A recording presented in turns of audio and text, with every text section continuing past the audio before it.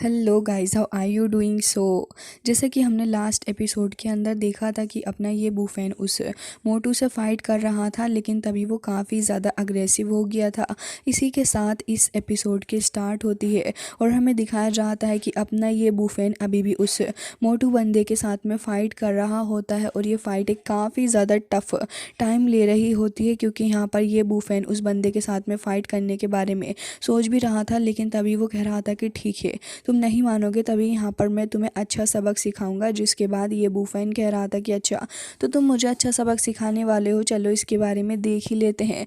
तभी उन evil spirits को देखते हैं जो कि काफ़ी ज़्यादा गुस्से में थी और उसके बाद वो काफ़ी ज़्यादा तेज़ी के साथ अटैक करने के लिए आगे बढ़ रही होती हैं। तभी यहाँ पर ये बूफेन उनसे निपटने के लिए एक हल निकालता है। वो तुरंत ही उनके ऊपर को चढ़ने लग गया था और वहाँ से होते हुए काफ़ी ज़्यादा शानदार तरीके से एक बैक फ्लिप करते हुए उसके फोरहेड के ऊपर वहाँ पर उसको इंजेक्ट कर देता है।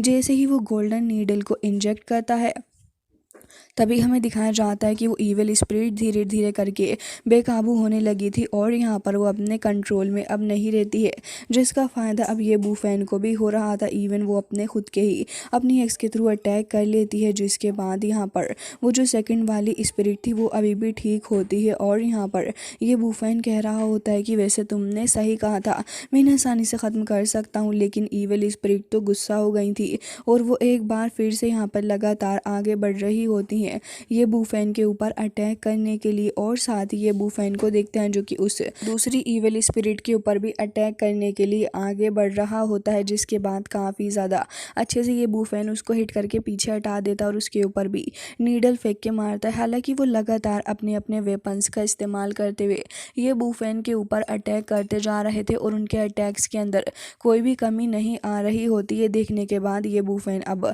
आगे बढ़ता तुरंत ही काफ़ी सारी नीडल्स को फेंक देता है, जिससे कि उस इविल स्पिरिट के पीछे एक होली सर्कल बन जाता है और वो फॉर्मेशन जो थी वो इतनी ज़्यादा पावरफुल होती है कि इविल स्पिरिट को काबू करने लगी थी वो वहीं पर फ्रीज हो जाती है। ये बूफेन वहाँ से आगे बढ़ने लगा था और एक बार फिर से अपनी गोल्डन नीडल को निकाल के उस इविल स्पिरिट के ऊपर फेंक के मारता है, जिससे कि यहाँ पर ये फ़ायदा होता है कि हमें देखने के लिए मिलता है कि वो evil spirit on the spot ही ख़त्म हो चुकी थी। जिसके बाद ये बूफेन वहाँ से निकल जाता है, क्योंकि वो मोटू वहाँ से भाग रहा था। जिसके बाद वो काफ़ी ज़्यादा घबराया हुआ होता है, वो किसी को कॉल लगा रहा था और कह रहा होता है कि जल्दी फ़ोन उठाइए, आपको फ़ोन उठाना होगा। और बहुत ही ज़्यादा परेशान होते हुए बस उस जगह से कैसे भी करके निकल के जा रहा होता है। तभी वहाँ पर उस ईवल मास्टर को देखते हैं जो कि कॉल उठा लेता है और तभी मोटू कहता है कि मास्टर प्लीज़ मेरी हेल्प करें, मुझे आपकी मदद की ज़रूरत है, क्योंकि वो लड़का वो मेरे पीछे आ गया है और साथ ही वहाँ पर उस लड़के ने उन दोनों स्पिरिट को भी हरा दिया। ये सुनने के बाद मास्टर कह रहे होते हैं कि अच्छा, और मैंने जो तुम्हें दूसरा वेपन दिया था उसका क्या हुआ। और साथ ही कह रहे होते हैं कि क्या तुम उसको यूज़ करने भी वाले हो या फिर नहीं, और अगर तुम उसे यूज़ नहीं कर सकते तो फिर इसके बाद मुझे कुछ बताना भी नहीं, क्योंकि अगर तुम अपने खुद की वैल्यू को मेरे सामने नहीं रख सकते हो तो फिर क्या ही फ़ायदा है तुमको किसी भी तरीके से बचाने का या फिर तुम्हारे साथ में रहने का। अच्छा ही होगा कि फिर कि तुम इसको छोड़ दो और मैं किसी और को ही ढूंढ लूँगा। जिसके बाद हमें दिखाया जाता है कि इविल मास्टर तो एकदम ही कॉल काट देता है और कह रहा था कि वैसे लास्ट टाइम यहाँ पर वो बंदा आया था और यहाँ पर इसके बारे में ही सोच रहा था, और कह रहा होता है कि मुझे देखना होगा कि आखिर किस तरीके से यहाँ पर चीज़ें हो रही हैं। वो तुरंत ही उसी जगह पर चला जाता है जहाँ पर कल रात ये बूफेन ने काफ़ी सारी इविल स्पिरिट्स को ख़त्म कर डाला था।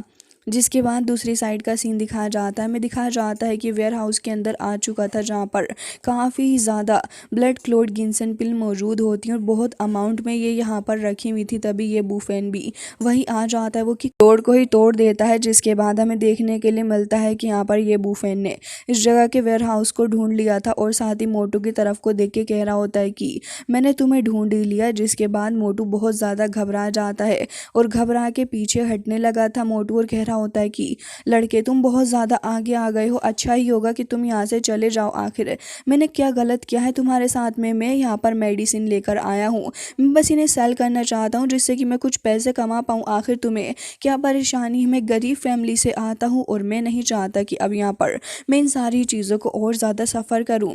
तभी ये बूफैन उसकी सारी ही बातों को इग्नोर करता है। साथ ही ये बूफैन कह रहा था कि फालतू की बातें करने की ज़रूरत नहीं है और तुम्हें ना ही मेरे सामने खुद को प्रूव करने की ज़रूरत है, क्योंकि अगर कोई भी तुम्हारा फेस देखेगा और तुम्हारी ये फालतू की बातें सुनेगा तो तुम्हें माफ़ नहीं करेगा, क्योंकि इन सारी बातों का कोई भी लॉजिक नहीं बनता है। तभी मोटू को गुस्सा आ गया था और कह रहा होता है कि अच्छा, इन बातों का कोई लॉजिक नहीं बनता, तुम्हें ऐसा लग रहा है तो फिर ठीक है।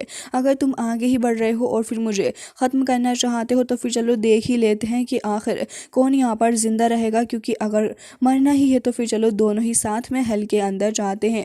जिसके बाद हमें देखने के लिए मिलता है कि ये बूफैन को उसकी सारी ही बातें याद आ गई थी कि कैसे उसकी मदर को इतना ज़्यादा सफ़र करना पड़ा इस इलनेस की वजह से।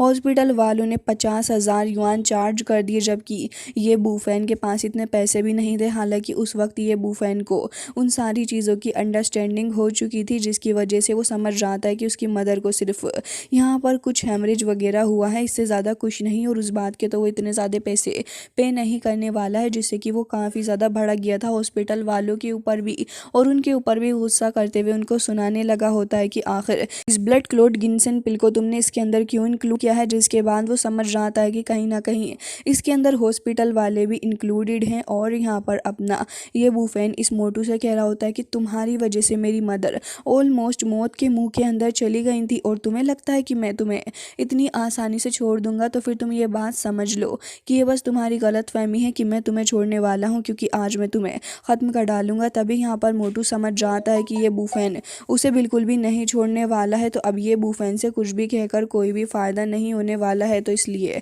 उसके पास में जो एलिक्ज़र होता है वो तुरंत ही उसको ड्रिंक कर लेता है और उस जार को फेंक के मारता है। असल में ईवल मास्टर का जो दूसरा वेपन था वो यही होता है। जिसके बाद अब ये बंदा कह रहा होता है कि ठीक है, अगर तुम यहाँ पर कोई भी रास्ता नहीं निकालना चाहते हो तो फिर ठीक है, ख़त्म होने के लिए तैयार हो जाओ। और अब अपनी ईवल स्पिरिट को निकालने लग जाता है। ये बूफैन यही देख रहा था कि सडनली इसके पास में ये ईवल स्पिरिट कहाँ से आ गई है, तो मोटू तुरंत ही भागते हुए आगे बढ़ने लग जाता है और उसके बाद वो ये बूफैन के ऊपर अटैक करता है। हालांकि ये बूफैन जो था उसके अटैक को रोक के उसे पीछे हटा देता है। साथ ही अब ये दोनों ही एक दूसरे की तरफ को देख रहे थे कि अब आगे क्या करना है। तभी मोटू एक बार फिर से उसको मारता है, लेकिन ये बूफैन बच गया था। तभी यहाँ पर जैसे ही मोटू आगे बढ़ रहा था तभी ये बूफैन अपनी गोल्डन नीडल्स उसकी तरफ को थ्रो करता है, लेकिन उसके बावजूद भी वो बच जाता है और ये बूफैन को किक से हिट करने वाला था। ये बूफैन वहाँ से हट जाता है और उसकी किक लग जाती है वहीं साइड में, जिसके बाद वो थोड़ा होश में आने लगा था और यहाँ पर कह रहा होता है कि मैं तुम्हें नहीं छोड़ूंगा। तभी ये बूफैन कह रहा होता है कि आखिर तुम जीत भी गए तो इससे क्या ही हो जाएगा, तुम्हें कुछ भी नहीं मिलने वाला है। तभी वो कह रहा होता है कि इससे अब कोई फ़र्क नहीं पड़ता, क्योंकि मैं तुम्हें बिल्कुल भी नहीं छोड़ने वाला, क्योंकि तुमने मुझे रिच होने ही नहीं दिया, तुमने सब कुछ ख़त्म कर दिया है, तुम्हारी वजह से सब कुछ ही ख़त्म हो गया। और अब मैं अगर आज यहाँ पर ख़त्म भी हो जाऊँ तब भी मुझे इससे फ़र्क नहीं पड़ता, क्योंकि उससे पहले मैं तुम्हें ख़त्म कर डालूंगा।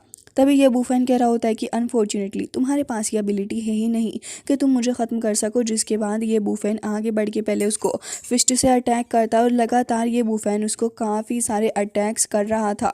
अब वो बंदा भी यहाँ पर अच्छी खासी फाइटिंग कर रहा होता है, क्योंकि उसके पास में अब ईवल स्पिरिट भी आ गई थी, जिससे कि वो पहले से काफ़ी ज़्यादा स्ट्रॉन्ग भी हो गया था। ये बूफैन उसको पीछे को हटा देता है, जिसके बाद वो पीछे को होते हुए आगे आ गया था। एक बार फिर से ये बूफैन के ऊपर अटैक करता है। ये बूफैन की यिन एनर्जी उससे टकराती है, जिसके बाद यहाँ पर वो थोड़ा और पीछे हट जाता है। और ये बूफैन कह रहा था कि भले ही तुम कितना ही ज़्यादा हार्ड ट्राई कर लो, लेकिन ये जो ड्रग तुमने ली है ना, इससे तुम्हारे और मेरे बीच का जो गैप है वो ख़त्म नहीं होने वाला। तभी वो बंदा कह रहा था कि तुम मुझे फोर्स कर रहे हो ये करने के लिए। तभी वो चिल्लाता है और भी काफ़ी ज़्यादा एनर्जी को वो रिलीज़ करता है। तभी ये बूफैन कह रहा था कि वैसे इस तरीके की चीज़ें मुझे काफ़ी रेयरली देखने के लिए मिलती हैं, तो चलो इसको टेस्ट कर लेते हैं। ये बूफैन यिन एनर्जी को बार बार फिर से रिलीज़ करता है और दूसरी तरफ अब वो नेगेटिव ईवल एनर्जी आ रही थी। तभी वो गुस्से से आगे बढ़ता है ये बूफैन की तरफ अटैक करने के लिए। तो ये बूफैन को देखते हैं जो कि तुरंत ही आगे आते हुए उसके ऊपर एक फिस्ट से अटैक करता है। और ये इकलौती फिस्ट ही इतनी ज़्यादा पावरफुल थी कि उस बंदे की हालत ख़राब हो जाती और ये बूफैन उसको बहुत ही ज़्यादा दूर फेंक के मारता है। जिसके बाद इस बंदे को पता चल गया था कि असल में ये बूफैन जो है वो यहाँ पर मास्टरी स्टेज पे है, जिसकी वजह से वो ये बूफैन का कुछ नहीं बिगाड़ सकता और वहीं वॉल से जाके हिट होके वापस से वहीं पर गिर जाता है फ्लोर के ऊपर। ये बूफैन अभी भी वहीं मौजूद होता है, जबकि वो बंदा बेहोश हो गया था और उसके अंदर जो ईवल एनर्जी होती है वो भी ऑलमोस्ट काम डाउन हो चुकी होती है। जिसके बाद यहाँ पर हमें दिखाया जाता है कि ये बूफैन उसकी तरफ को ही बढ़ने लगा था और कह रहा होता है कि यहाँ पर ये जो तुम इस एविल एनर्जी के साथ में फाइट कर रहे हो, असल में ये एनर्जी काफ़ी ज़्यादा पावर को कंज्यूम करती है। हालांकि यहाँ पर ये अटैक्स काफ़ी ज़्यादा स्ट्रॉन्ग थे, लेकिन मेरा ये कुछ भी नहीं बिगाड़ सकते थे। जिसके बाद ये बूफैन अपने हाथों को देख रहा था और कह रहा था कि मुझे भी अपने आप को और भी ज़्यादा अच्छे से कल्टीवेट करना होगा। जिसके बाद ये बूफैन शांग को फ़ोन लगाने लग जाता है और हमें दिखाया जाता है कि उसको कॉल करके ये बूफैन कहने लगा था कि हेलो शांग, और कह रहा था कि असल में मुझे यहाँ पर, जिसके बाद कह रहा था कि मैंने वेयर हाउस को ढूंढ लिया है, तुम यहीं आ जाओ। और साथ ही वो पुलिस को भी इन्फॉर्म कर देता है इसके बारे में कि आखिर इस जगह पर क्या चल रहा है। ये बूफैन के सामने अब ये मोटू खड़ा हुआ था और अब ये बूफैन इस मोटू को देख के कह रहा होता है कि ठीक है, तो मुझे बताओ कि आखिर ये जो तुम्हारे अंदर ब्लड क्लोट गिनसेन का अफेक्ट था वो तो ख़त्म हो ही गया है, तो अब यहाँ पर तुम्हें कोई भी नहीं बचा सकता है ना। जिसके बाद उस लड़के को देखते हैं जो कि कह रहा था कि बॉस, क्या आपको कोई मदद की ज़रूरत है, क्योंकि यहाँ पर हम लोग अभी भी मौजूद हैं। जिसके बाद ये बूफैन कहता है कि हाँ ब्रदर, वैसे मैंने सब कुछ तो साफ़ कर ही दिया है, तुम चाहो तो अब यहाँ पर आ सकते हो। जिसके बाद वो बंदा आने ही लगा था, लेकिन उसके साथ ही बार बार उसको गिराने की कोशिश कर रहे होते हैं। तभी ये बूफैन उसे कह रहा था कि अच्छा एक काम करो ब्रदर, जो भी लोग तुम्हारे कॉन्टैक्ट में हो, जो भी इले हैं, तो तुम उन सभी को कॉल करो और उन्हें यहाँ पर बुला लो, क्योंकि मैं एक्यूपंक्चर की पावर का इस्तेमाल करते हुए उन सभी को ठीक कर दूंगा। जिसके बाद वो बंदा कहता है कि ठीक है। हालांकि तभी वो गिर गया था और अपने साथियों को डांटने लग जाता है कि आखिर तुम किस तरीके का काम करते हो। ये बूफैन अपने सर को पकड़ने लगा था और सोच रहा था कि कहाँ ही फंस गया। जिसके बाद मोटू को देखते हैं जो कि अभी भी सोच रहा होता है कि आखिर आगे क्या करना है। जिसके बाद ये बूफैन उसके पास आता है और उसकी चेस्ट को टच करके देखने लगा था और कह रहा था कि असल में ये जो तुम्हारी बॉडी के अंदर ईवल एनर्जी मौजूद है वो बहुत ही ज़्यादा डीप में चली गई है और इससे तुम्हें बहुत ही ज़्यादा ख़तरनाक तरीके से अफेक्ट भी होगा। हालांकि अगर तुम इससे हील होना चाहते हो तो इसके अंदर मैं तुम्हारी मदद कर सकता हूँ, तुम कहो तो मैं तुम्हारे ट्रीटमेंट कर दूंगा। तभी यहाँ पर वो बंदा कह रहा होता है कि तुम ऐसा प्रिटेंड करना बंद कर दो कि तुम मुझे ठीक कर सकते हो, क्योंकि असल में तुम मुझे ठीक कर ही नहीं सकते और इस बात के बारे में मुझे बहुत ही ज़्यादा अच्छे से पता है। तभी ये बूफैन कह रहा होता है कि भाई साहब, इससे कुछ भी कहना बेकार है। हालांकि फिर भी वो उसे एक बार फिर से समझाने की कोशिश करता है, क्योंकि इसके अलावा कोई दूसरा चारा भी नहीं था और कह रहा था कि वैसे मैं बस ये चाहता हूँ कि तुम्हारे पास में जो भी चीज़ें हैं तुम मुझे उसकी इन्फॉर्मेशन दो। वैसे ये जो तुम्हारी इलनेस है तुम्हें पता है ये बहुत ही ज़्यादा ख़तरनाक है और इससे सच में तुम्हें नुकसान होगा। तुम्हें मेरी बात को समझ जाना चाहिए। क्या तुमने उस लड़के को नहीं देखा जिसकी जान मैंने बचाई थी और यहाँ पर वो कितना ज़्यादा खुश है, मैंने उसे अपनी पावर का इस्तेमाल करते हुए ही ठीक किया है। तो ज़रा सोचो, जब मैं उसको ठीक कर सकता हूँ तो फिर मैं तुमको भी ठीक कर दूंगा, ये कोई इतनी बड़ी बात नहीं है। तभी मोटू ये बूफैन की बात सुनता है और अब यहाँ पर वो इस बात के ऊपर सोचने लगा था कि हाँ, हो सकता है कि शायद से ये बूफैन की बातों में दम हो, क्योंकि ये बूफैन इतना ज़्यादा झूठ तो नहीं बोलेगा। साथ ही वो अपनी आंखों से उस बंदे को भी देख चुका था जिसको ये बूफैन ने हील किया था, तो कहीं ना कहीं उसके दिल में भी डाउट आ रहा होता है कि क्या उसे अभी भी ईवल मास्टर के साथ में रहना चाहिए या फिर ये बूफैन को हाँ कर दे। जिसके बाद सोच में पड़ रहा था और कह रहा था कि मुझे लग रहा है कि यहाँ पर इस लड़के का प्लान एकदम ही सही और मुझे मेरे पेन से रिलीफ मिलेगा। ये बूफैन कह रहा होता है कि देखो, मैंने अपनी मॉम की इंजरी को भी ठीक किया है, साथ ही यहाँ पर ये जो सारी की सारी ईवल एनर्जी है इसको ख़त्म करना ही मेरा मकसद है, तो फिर बताओ मैं क्यों तुम्हारी हेल्प नहीं करूँगा। जिसके बाद मोटू कह रहा होता है कि फिर भी तुम सारे लोगों को नहीं बचा सकते जिन सब की इस सारी चीज़ों के थ्रू हालत ख़राब हुई है। जिसके बाद ये बूफैन कह रहा होता है कि हाँ, तुमने सही कहा, मैं हर किसी को नहीं बचा सकता, लेकिन क्या मैं किसी एक पर्सन को बचा सकता हूँ। वो एक पर्सन तुम भी हो सकते हो और इतना भी काफ़ी है। अगर एक इंसान की जान बच जाए तो इससे ज़्यादा और क्या ही जाएगा। जिसके बाद अब वो काफ़ी ज़्यादा सोच में पड़ रहा था और उसे समझ में आ गया था कि ये बूफैन की बात एकदम ही सही है और उसे अब ये बुरा काम नहीं करना चाहिए। जिसके बाद वो डिसाइड कर लेता है कि अब वो ये बूफैन को सच बता देगा, क्योंकि ये बूफैन ने उससे पूछ लिया था कि मुझे बस इतना बता दो कि आखिर इस ईविल प्लान के पीछे तुम्हारे आखिर कौन मौजूद है जो कि ये सब कुछ करवा रहा है और उसका मास्टर प्लान क्या है।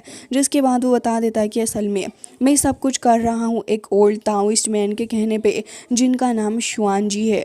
अब जब वो ये बात बता ही रहा था तभी उसकी बॉडी के अंदर से स्पिरिट निकल रहा थी। वो आगे कुछ भी एक्सप्लेन नहीं कर पाता। उस ईविल मास्टर शुआन जी को भी देखते हैं जो कि कह रहा था कि अनएक्सपेक्टेडली ये थोड़ा स्लो था, नहीं तो मैं इसकी स्पिरिट को जल्दी खींच लेता। लेकिन कोई बात नहीं लड़के, तुम कितनी भी कोशिश कर लो लोगों को बचाने की, ये तुम्हारे बिल्कुल भी काम नहीं आने वाला है, ना ही ये तुम्हारी मदद करेगा। और यहाँ पर मुझे पता है कि एक बार ये चीज़ें हो गई तो फिर तुम इसे वापस से ठीक नहीं कर सकते। हालांकि गाइस इसी के साथ आज का ये एपिसोड हो जाता है एंड आई होप कि आपको पसंद आया होगा। मिलते हैं नेक्स्ट वीडियो में, तब तक के लिए bye bye, take care of yourself.